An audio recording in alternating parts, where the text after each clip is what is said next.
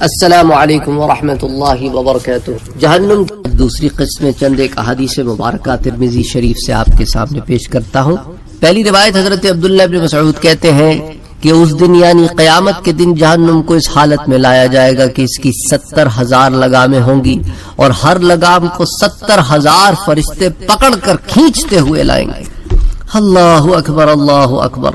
حضرت ابو سعید رضی اللہ تعالی عنہ حضور صلی اللہ علیہ وآلہ وسلم سے نقل کرتے ہیں کہ فرمایا جہنم میں ایک آگ کا پہاڑ ہے جس کا نام ہے سعود، کافر اس پر 70 سال میں چڑھے گا اور پھر اتنی ہی مدت میں گرتا رہے گا اور ہمیشہ اسی عذاب میں مبتلا رہے گا۔ اسی طرح دوزخیوں کی جسامت سے متعلق ایک روایت میں نے آپ سے کل شیئر کی تھی۔ یہ روایت حضرت ابو ہریرہ رضی اللہ تعالی عنہ کی حضور صلی اللہ علیہ وآلہ وسلم نے ارشاد فرمایا کہ قیامت کے دن کافر کی داڑھ احد پہاڑ کی طرح، اس کی ران بیضا پہاڑ کی طرح اور اس کے بیٹھنے کی جگہ 3 دن تک کی مسافت ہو۔ تو آپ نے جو اس میں الفاظ استعمال کیے مثل ربضہ، تو یعنی مدینے اور ربضہ کے درمیان کے فاصلے کے برابر، جبکہ بیضا ایک پہاڑ کا نام ہے جس کا ذکر اس روایت میں آتا ہے۔ حضرت عبداللہ ابن عمر کہتے ہیں کہ حضور صلی اللہ علیہ وآلہ وسلم نے فرمایا کہ کافر اپنی زبان کو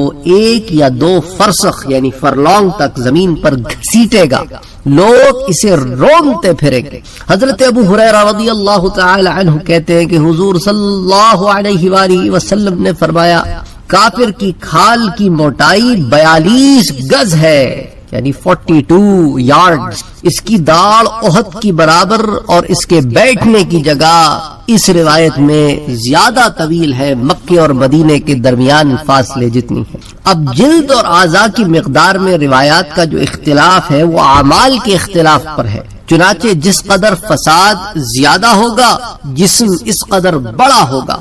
گنہگار مومنوں کا بھی یہی حال ہوگا، چنانچہ حارث بن قیس سے منقول ہے کہ حضور صلی اللہ علیہ وآلہ وسلم نے فرمایا کہ میری امت میں سے کسی شخص کا جسم اتنا بڑا ہو جائے گا کہ جہنم کا ایک کونا بھر جائے گا، جو کل میں نے آپ سے روایت شیئر کی تھی۔ اسی طرح حضرت ابو سعید رضی اللہ تعالی عنہ ارشاد باری تعالی کل محل کے متعلق حضور صلی اللہ علیہ وآلہ وسلم سے نقل کرتے ہیں کہ فرمایا وہ تیل کی تلچھٹ کی مانند ہوگی، اور جب پینے کے لیے دوزخی جو ہوگا وہ اسے پینے کے لیے، کیونکہ یہ تو تڑپ رہا ہوگا نا اور پیاس بھی لگ رہی ہوگی، تو جب دوزخی اسے پینے کے لیے منہ کے قریب لے جائے گا تو اس کے منہ کی کھال اس میں گر پڑے گی۔ انا للہ و انا الیہ راجعون۔ اللہ اکبر اللہ اکبر۔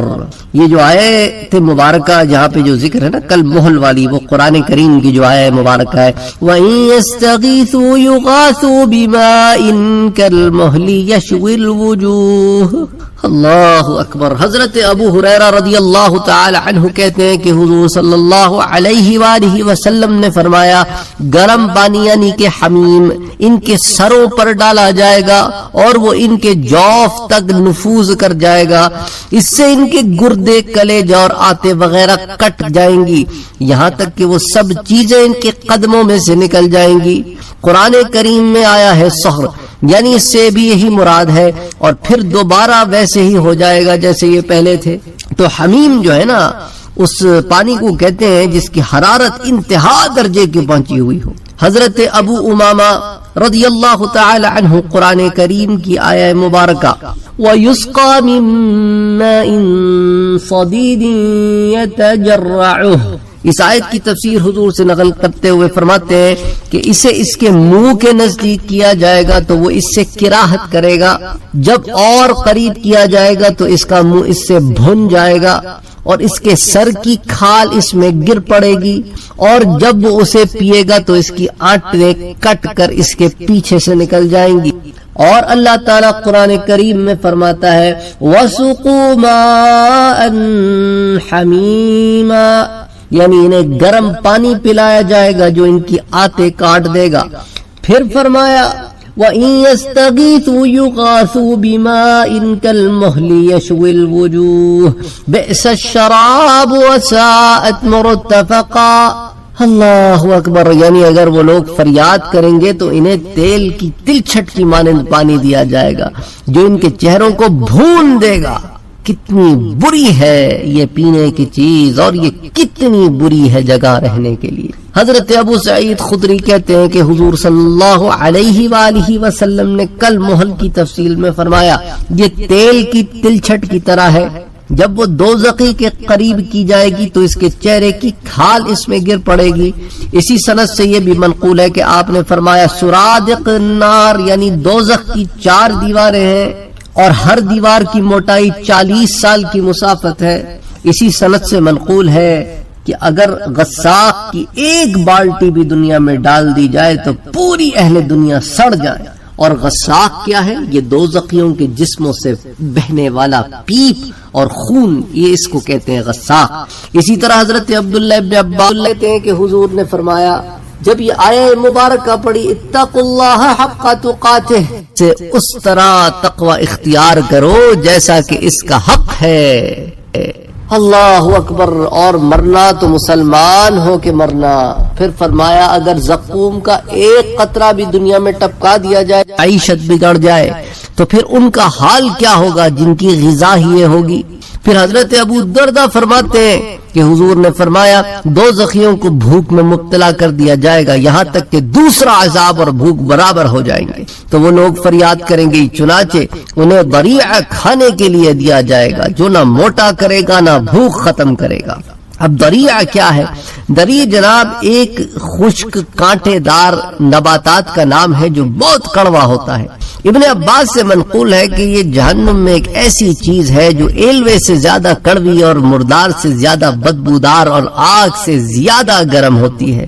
اسی طرح جو زقوم کا ذکر آیا نا، تو زقوم بھی ایک درخت ہوتا ہے جس کی جڑ دوزخ کی گہرائی میں، سخت کڑوا دوزخ ہی اسے انہیں دیا جائے گا لیکن کھا نہیں پائیں گے، زبردستی ان کو کھلایا جائے گا۔ تو یہاں پہ دریعہ کا ذکر ہے۔ اچھا، وہ دوبارہ کھانے کے لیے کچھ مانگے تھے تو جب دوبارہ مانگیں گے تو انہیں ایسا کھانا دیا جائے گا جو گلے میں اٹکنے والا ہوگا۔ وہ لوگ یاد کریں گے کہ دنیا میں اٹکے ہوئے نوالے پر پانی پیا کرتے تھے، اور پانی مانگیں گے تو انہیں کھولتا ہوا پانی لوہے کی کلالیب میں دیا جائے گا۔ وہ جو ان کے منہ کے نزدیک کیا جائے گا تو بھون دے گا ان کے منہوں کو، اور جب پیٹ میں داخل ہوگا تو سب کچھ کاٹ کر رکھ دے گا۔ وہ کہیں گے کہ جہنم کے داروغہ کو بلاؤ، وہ جواب دیں گے کیا تمہارے پاس اللہ کے رسول نشانیاں لے کر نہیں آئے؟ اللہ اکبر، اللہ اکبر، کیا اللہ کے رسول تمہارے پاس نشانیاں لے کر نہیں آئے تھے؟ وہ کہیں گے کیوں نہیں؟ فرشتے کہیں گے تو پھر پکارو، اور کافروں کی پکار صرف گمراہی ہی ہے۔ اللہ اکبر، ان کی پکار صرف گمراہی میں ہے۔ پھر وہ لوگ کہیں گے مالک کو پکارو، اور عرض کریں گے کہ اے مالک، آپ کے رب کو چاہیے کہ ہمارا فیصلہ کر دے، اور مالک داروغہ جہنم کا نام ہے، وہ انہیں جواب دے گا تمہارا فیصلہ تو ہو چکا ہے۔ آمش کہتے ہیں مجھے خبر دی گئی کہ ان کی پکار اور مالک کے جواب کے درمیان 1000 سال کی مدت ہوگی۔ انا للہ و انا الیہ راجعون، 1000 سال تک پکارتے رہیں گے، کوئی پکار سننے والا نہیں ہو۔ پھر وہ لوگ کہیں گے کہ اپنے رب کو بلاؤ، اس لیے کہ اس سے بہتر کوئی نہیں، یعنی دنیا میں تھے تو رب کو مانتے نہیں تھے، اب کہتے اس سے بہتر کوئی نہیں۔ پھر عرض کریں گے اے رب، ہم پر بدبختی غالب آ گئی ہے، ہم لوگ گمراہ تھے، اے ہمارے رب ہمیں اس عذاب سے نکال دے، اگر اب بھی ہم وہی کچھ کریں گے تو ہم ظالم ہوں گے۔ اللہ تعالیٰ انہیں جواب دے گا کہ دھتکار ہو تم پر، مجھ سے بات مت کرو۔ ہاں، پھر وہ لوگ ہر خیر سے مایوس ہو جائیں گے اور گدھے کی طرح ڈینگے مارنے لگیں اور حسرت اور ویل پکاریں۔ حضرت ابو سعید خدری کہتے ہیں کہ حضور صلی اللہ علیہ وآلہ وسلم نے وَهُمْ فِيهَا كَالِحُونَ، اور وہ اس میں بد شکل اور ترش رو ہو رہے ہوں گے کی تفسیر میں فرمایا اس کی حقیقت یہ ہے کہ ان کا اوپر کا ہونٹ آگ میں بھن کر اتنا سکڑ جائے گا کہ سر کے بیچ میں پہنچ جائے گا، جبکہ نیچے والا ہونٹ لٹک کر ناف تک آ لگے گا۔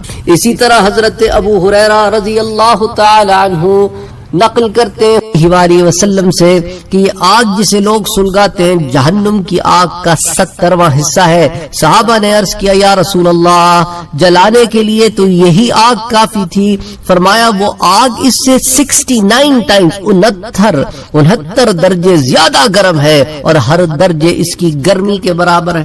اللہ اکبر، اللہ اکبر۔ اللہ اکبر، اللہ محفوظ رکھے۔ وہ جو 70 ٹائم زیادہ آگ ہے اس کا کیا عالم ہوگا۔